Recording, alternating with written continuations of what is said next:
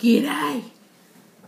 Hello. I'm Kat, I'm Amy. and we are your Wednesday couple on. For a couple of gays. Yay.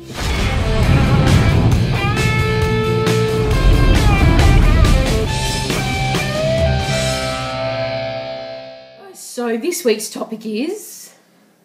How did you know that he or she was the one? the one. So you'll have to forgive me, my voice isn't totally back yet. It's a lot better than it was last week, in some respects. So a little bit of history about us is that when we actually first met, Amy wasn't my favourite person. She, I thought I was stepping on your turf. Yeah. And later facts actually revealed that it wasn't actually her doing, but that's neither here nor there. At the time, I thought she was encroaching on my territory, and I didn't like that very much. And I was a punk kid when we first met, and I thought that I knew it all, and... you still do, don't you? Most days. But I was like, nah, I know how to deal with this. So anyway, I ignored Amy for a period of time and discluded her from the group that we were in, so to speak. Anyway, an event happened, I don't know what, I think it was, and we ended up having to be in the same area together. And Amy, I discovered how funny Amy was. Now, I already thought she was a good-looking chick, but that didn't compensate for the fact that she was encroaching on my territory, or so I thought.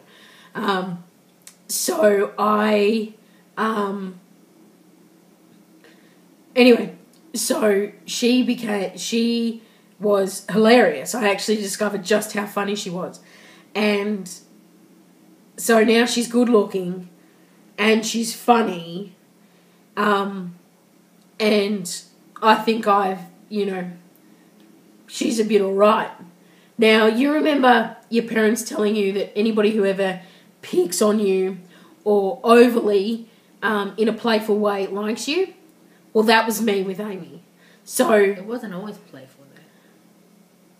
Most of the time it was. It was meant in playfulness. Anyway, I had to keep this persona going, because while I kept it going, it kept her sort of, it was like the carrot dangling in front of the horse, just to keep it moving. And so I was that person that was like the annoying person that annoyed her and distracted her and was loud and in everybody's face, in particular hers, making sure that she knew that I was around and what I was about, and I was hip and happening and my shit was cool. Like, that's what I thought. Now when I look back at it, I go, you were a freaking douchebag. Anyway, so we parted ways through no fault of our own and came back together. And the whole time that we were apart, I tried everything to reconnect with Amy and bring her back in my life, because I had this feeling, and I had a few flings in the interim of that time, and none of them gave me that feeling that I had about Amy. And there was this chick, Amy, who was in the back of my head, and I had her phone number, and for whatever reason she wasn't answering or whatever. Anyway, by chance, first day of a new job for both of us, who's there? I'm sitting in the lobby waiting to be picked up, and who walks in but Amy? And it was like my world stopped and just time stood still, and she looked at me, and for a second I thought it was like that whole like, oh my God, it's so good to see you, and all I got was a hi. And then she bolted for the elevators and was hitting the button non-stop, like she couldn't get away fast enough. And I'm just standing there like, acting like a tool. And she left. And I'm like, oh my God, she must work here. Like, this is the best. We're working in, this is a sign. And it was like, I'm gonna track this chick down. And if something comes of it, great. If nothing does, that's all right. So I contacted her and I didn't hear anything. I was like, okay, all right. We'll see how this goes. Anyway, the job that I was doing at the time was a mail run. And whose run could I possibly get but hers? And it goes, the mail run went straight past her desk. So every day, morning and afternoon, I used to have to go past her desk. Well, man, can I tell you, I wasn't letting this go. This was a sign to me. Like, I believe very much that the universe sends you the people that you need in your life when you need them. So, boom, bam, I was gone. I was in there. I was leaving little notes on her desk. I was emailing her. I was phone calling her, trying to set up dates. And then I asked her out to lunch. So we had lunch together. And then I said that night, let's do dinner. I've got to keep this rolling. So then we had dinner together on the same night. And we hung out. And we had like this bunch of mixed tracks that when we'd first met, I had sort of shared with her, being a bit of a muso. And there was one song in particular, Damien Rice, Cannonball. Now, I'll never forget this night. We were back in my apartment, and she'd finally come over, and I'm like, dude, I got this chick. She's in my house. She's listening. We've got this song playing. This is like perfect, like absolutely perfect. And this has been weeks of work leading up to this. And so I'm sitting there, and we've just finished dinner. I've just cooked her a beautiful meal, and I looked at her, and I just went, "You fit." Like, you fit in my life, and I can see myself sitting next to you for the next 100 years in this moment, doing this, listening to music, eating really good food, laughing, joking, having an awesome time. You fit in my life. And that was the defining moment of it all for me. And it was just like, you fit. That's how I knew Amy was the one. She fit in my life. And to start off with, we've had a lot of hurdles to overcome. It hasn't been easy. Our families weren't necessarily so receptive to the other partner. Even though they wouldn't necessarily say that to our face, we knew that's kind of how they were feeling.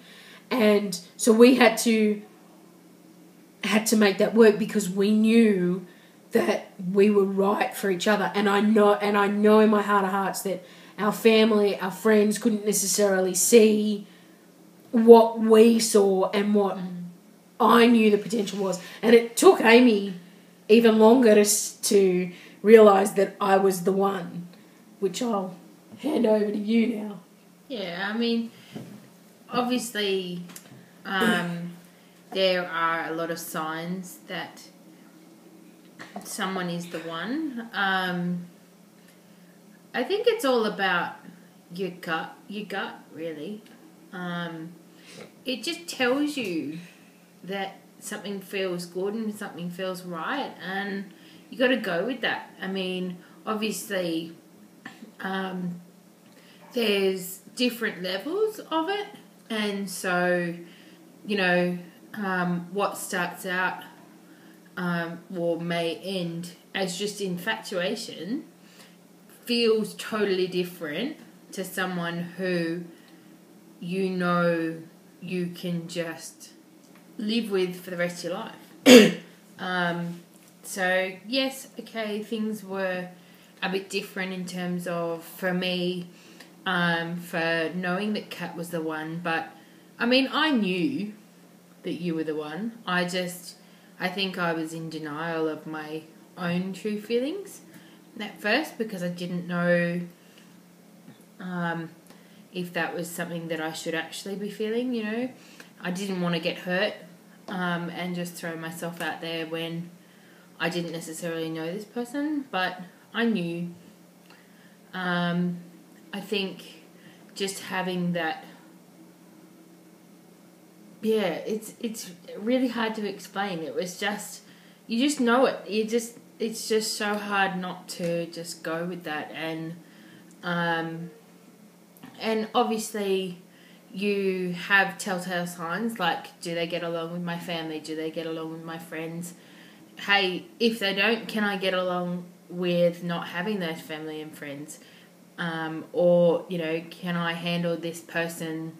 Are they going to annoy the crap out of me? Or are they going to be the love of my life? And I'm both of those things, let me tell you. Yeah, she does annoy the crap out of me, but, not in a bad way. I know that no matter what, Kat will always be there for me. And, we have something that's special that I've never had before, and I don't ever want to have again. I just want to have you. That was weird. Give me a kiss. It's my hat. And, I believe that if you find the one, your family and your friends will either join the party or they'll leave.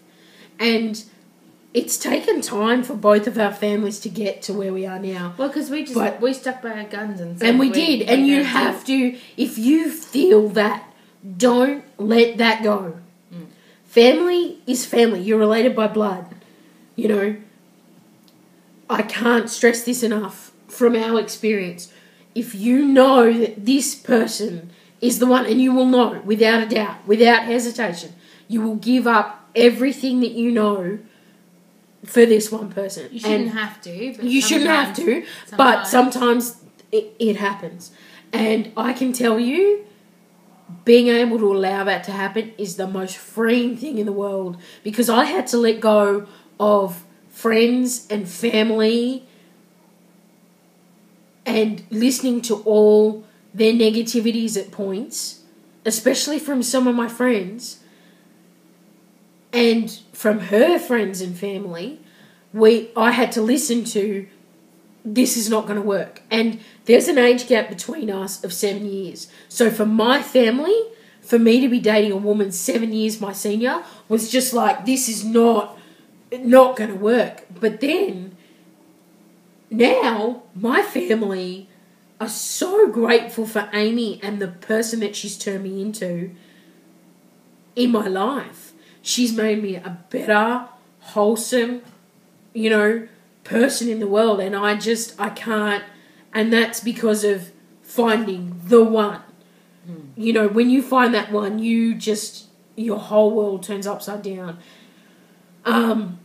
And so we stuck to our guns, and we, listened to it all, and we put up with it all, and we went, what, one day you're going to see what we feel. And now, our families, every time they see us, they know how connected, how committed we are to each other. They've seen it, not just on our wedding day, not just, at special occasions on our birthdays, but all the time.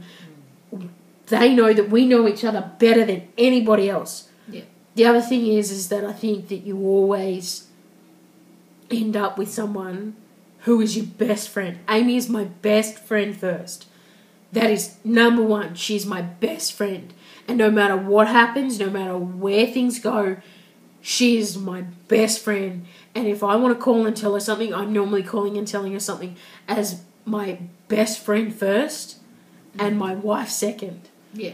And I can't tell you just how... There's no other way to describe it. Like, if you've got best friends now and you're not in a relationship, when you get into a relationship, you'll understand. And we are polar opposites. Let me tell you, we polar opposites, aren't we? Like, couldn't be further away from each other, but we balance each other beautifully. So wonderfully. All right. So...